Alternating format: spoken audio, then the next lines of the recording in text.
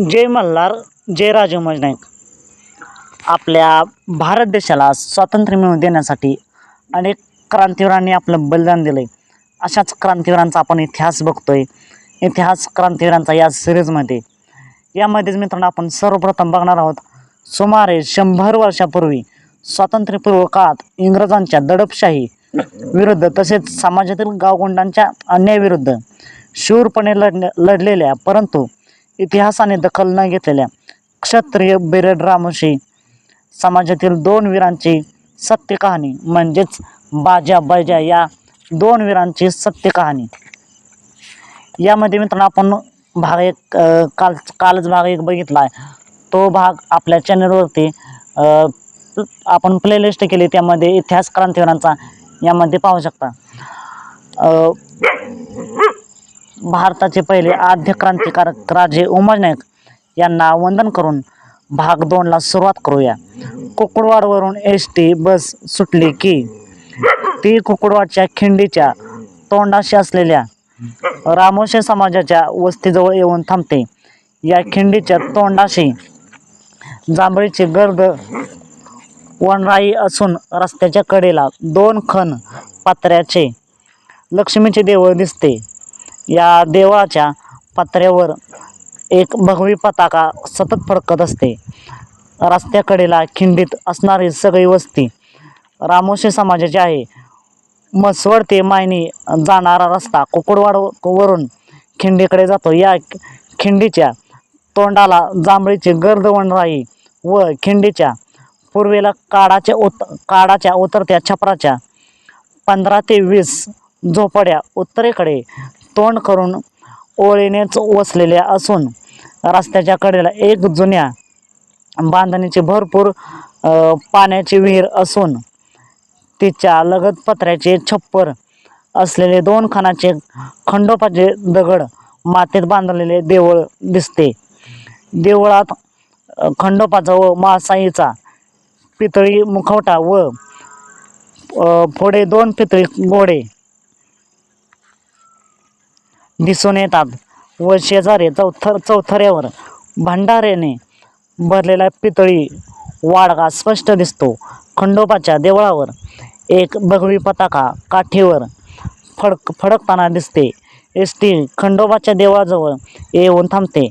तेथून पश्चिमेकडे पाहिले तर एका उंच बोडक्या टेकडीवर पांढरा चुना लावलेला चिमणदोंडा दिसतो. खिंडीत जन्मलेल्या व ब्रिटिश पोलिसांना पळताभवी थोडी करणाऱ्या बाजा बैजाची न्यायनिवाडा करण्याची ठिकाणे दिसतात.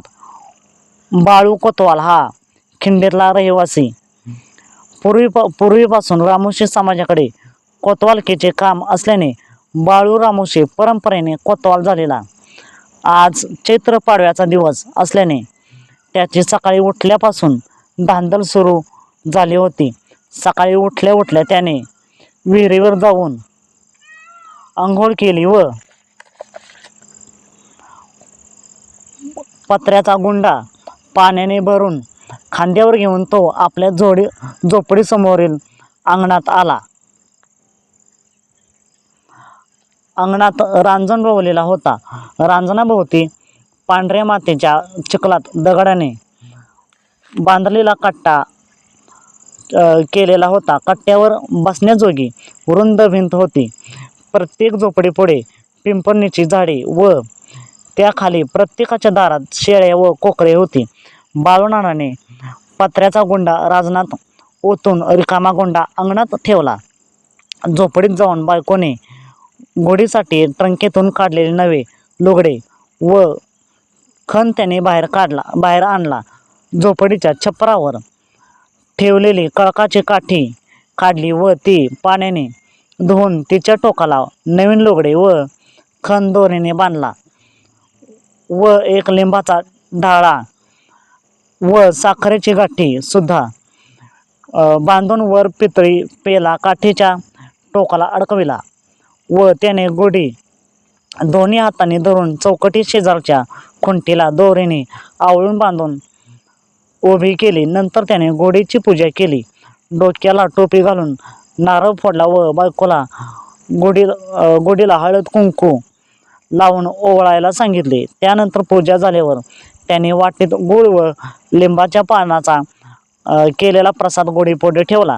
नारळाच्या खोबऱ्याचा तुकडा व गूळ लिंब तोंडात टाकतच तो झोपडीच्या आत शिरला व त्याने आपली खाकी पिशवी व दांड्याची कुऱ्हाड हातात घेऊन तो बाहेर आला. त्याने सभेवार नजर टाकली. त्याला प्रत्येक झोपडीपुढे घोडी उभारलेली दिसली. कोणाच्याही घोडीकडे ध्यान गेले असता आपला पाडवा असल्याचे खूण मनाला पटत होती. मित्रांनो, हा भाग 2 आहे. तर आपण पुढच्या भागात भाग 3 नक्की पाहणार आहोत. तर असाच आपल्या क्रांतीवीरांचा इतिहास पाहण्यासाठी बाजा या दोन वीरांची सत्य कहाणी पाहण्यासाठी आत्ताच आपल्या चॅनलला सबस्क्राईब करून ठेवा आणि आपला क्रांतीवीरांचा इतिहास जगासमोर मांडण्यासाठी व्हिडिओला जास्तीत जास्त शेअर करा. चला तर मग भेटूया पुन्हा एकदा एका नवीन व्हिडिओमध्ये एका नवीन भागासह.